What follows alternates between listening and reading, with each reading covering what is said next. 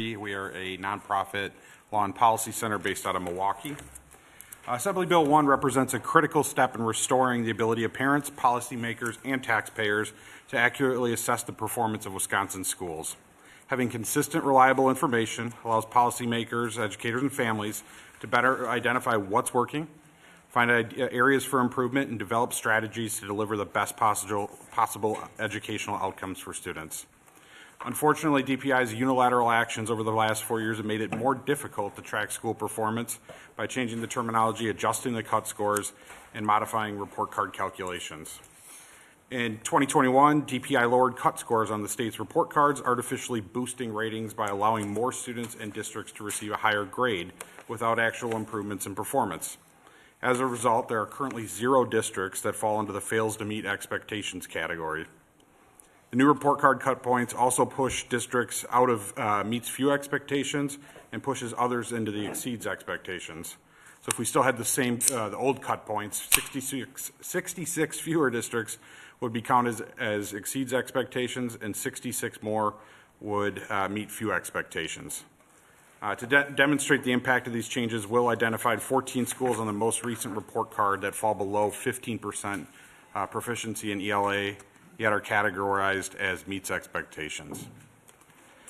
In 2024, DPI also made changes to the labels assigned to student outcome categories on the state's Ford exam. While this change may seem innocuous, the new terms are misleading to parents and downplayed the need for improvement. For example, the lowest performing category shifted from below basic to developing. The second lowest category changed from basic to approaching. DPI argues these new terms promote a growth mindset and that the old terms could be perceived as insulting, but consider this. Which of these labels would give you as a parent a greater sense of urgency that your child may need extra support or attention to succeed? Lastly, it's important to note that the previous terminology was also aligned with the terminology that's used on the NAEP. Perhaps the most significant change happened in 2024 when DPI lowered the cut points on the Wisconsin Ford exam as part of the standards rewrite. This not only lowered proficiency standards, but also disrupted alignment with NAEP, making it harder to compare scores to historical data. And it's important to note, I think it's been noted, that those standards were set by then Superintendent Evers. And then as well, the ACT and the pre-ACT cut scores were changed as well. In my testimony, there is a table that kind of shows what the old cut scores were and what the new ones are, as well as the changes in the proficiency terminology. With last week's release of the NAEP scores, we now have a clearer understanding of how DPI's changes to the Ford exam cut scores have impacted results. Despite a decline in Wisconsin students' performance on the NAEP 4th grade reading assessment, it's reached the lowest level since 1992. State level proficiency on the Ford exam saw a significant increase. For example, in 4th grade ELA, the percentage of students scoring proficient or higher on the Ford exam rose from 44.8% to 52.1%. That suggests a massive disconnect between the two standards as evidenced in Table 3. And as you can see on Table 3, 4th grade reading and ELA between the Ford and NAEP exam have a 21-point difference. Notably, all these changes were implemented unilaterally with no legislative input or oversight. Specifically, the adjustments to the cut scores this past year were, as Koenen had pointed out, carried out in secret, with participants required to sign an NDA, and no public input was solicited. Even Governor Evers has criticized the process, calling it a mistake, and has noted that the changes will make it difficult to compare data over year. Wisconsin's students and parents deserve the truth. Lowering the bar doesn't help kids, it just hides failure. At a time when we should be laser focused on tracking recovery from pandemic learning loss, DPI has instead chosen to manipulate the data to cover up poor academic results. Parents, educators, and policymakers need honest, transparent data to ensure that students are truly prepared for the future, not given a false sense of success. And Assembly Bill 1 takes an important step to putting us back on that track. Thank you for your time. I'd be happy to answer any questions. Okay, thank you. Do we have any questions? Representative Hahn? Thank you, Chair Kitchens. Thank you for your testimony today and for being here. You mentioned in your testimony, the lack of legislative input or oversight. should then, if the legislature, or if the cut scores would need to be set through legislation, would that not also mean that the legislature should be held accountable for providing the resources needed to help students have the opportunities to meet the new standards?